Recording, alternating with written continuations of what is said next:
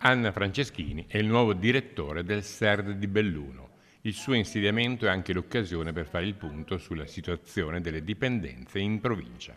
Ricordiamo l'esperienza importante che si sta sviluppando in Auronzo per quanto riguarda l'alcologia, ma sono interessati i territori di Feltre, di Belluno, di Agordo e naturalmente appunto quello del Cadore. Ogni SERD ha la sua peculiarità, caratteristiche rispetto alle zone da dove provengono, per esempio l'Agordino, il Cadore.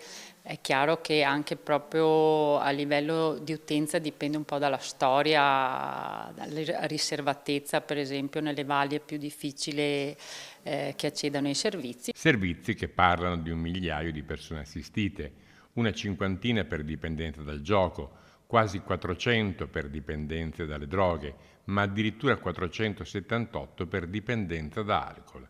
Il 79% sono uomini e le fasce più colpite sono quelle comprese tra i 30 e i 39 anni, i 40 e i 49, i 50 e i 59, ma fa impressione che ci sia anche un 1% di minorenni.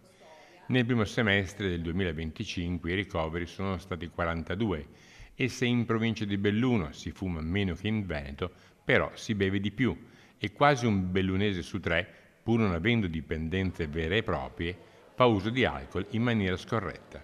I dati del consumo ci dicono ad esempio che come in realtà tutta la regione Veneto c'è un consumo eccedentario, diciamo così, di alcol superiore alla media nazionale.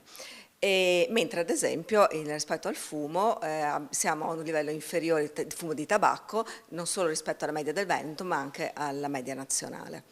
Preoccupa più l'alcol o preoccupano più le dipendenze da sostanze?